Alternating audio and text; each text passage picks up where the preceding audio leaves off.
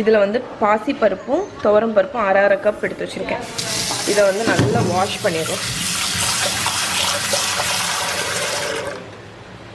So இப்போ இதில் தண்ணி ஊற்றி இதை வேக வச்சு எடுத்துட போகிறேன் நான். ஓகே, இப்போ நான் இதை வச்சுட்டேன். இது வந்து 2 விசில் வரட்டும். 2 விசில் ஆனே பண்ணல.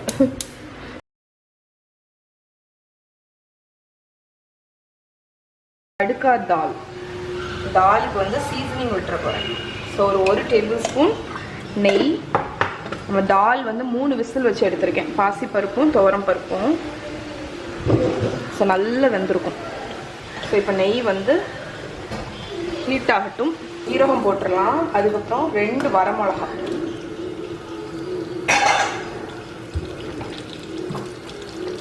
அதுக்கப்புறம் காயப்பொடி போட்டுருங்க.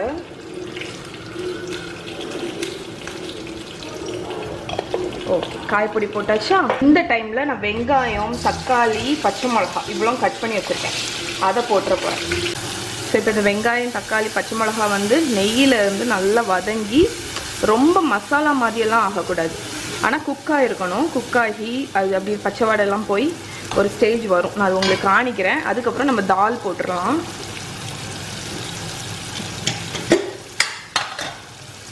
ஸோ தாலை பாருங்கள், தால் குழஞ்சிடக்கூடாது. இந்த மாதிரி பக்குவமாக வெந்திருக்கணும். என்னதுடா? ஏய், அழகாக இருக்கே. அந்த இதுலேருந்து பிச்சுட்டியோ? ஓ சரி சரி, ஓகே. சரி, ஓகே. ஸோ இதை பாருங்கள், நம்மளோட வெங்காயம் தக்காளி எல்லாம் நல்லா வதங்கிட்டு, ஆனால் முழுசாக தான் இருக்குது. இந்த ஸ்டேஜில் நம்ம வந்து நம்ம வச்சுருக்கோம்ல தால், அதை போட்டுடலாம். மஞ்சப்பொடி போட்டுடலாம்.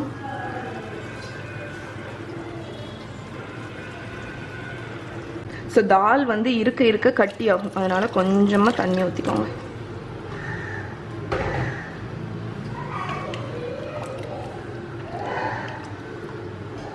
ஸோ ஸ்டார்டிங்கில் கொஞ்சம் தண்ணியாக இருந்தால் தான் உங்களுக்கு போக போக கட்டி ஆகும். இப்போ டேஸ்ட் பார்த்துட்டு உப்பு வேணா போட்டுக்கோங்க. கொஞ்சம் உப்பு.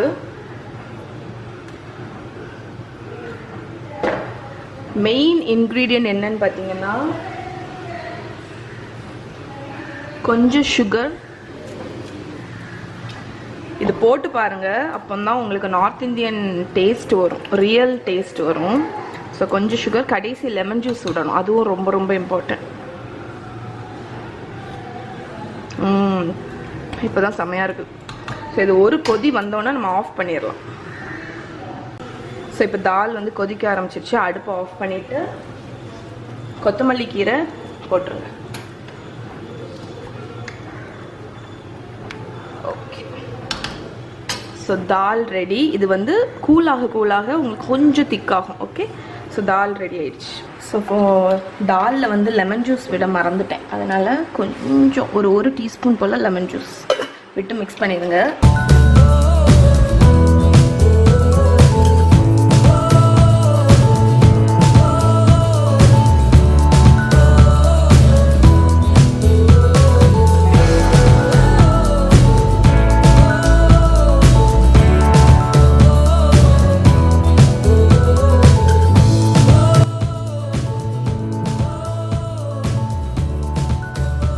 பாருங்கள், நம்மளோட தாலி ரெடி ஆயிடுச்சு. பொட்டேட்டோ கறி, பிரிஞ்சால் கறி, பன்னீர் கறி, தால், ஜீரா ரைஸ், ரொட்டி, இங்கே பிக்குலும் கேர்டும் வச்சுருக்கேன். அப்புறம் டெசர்ட்.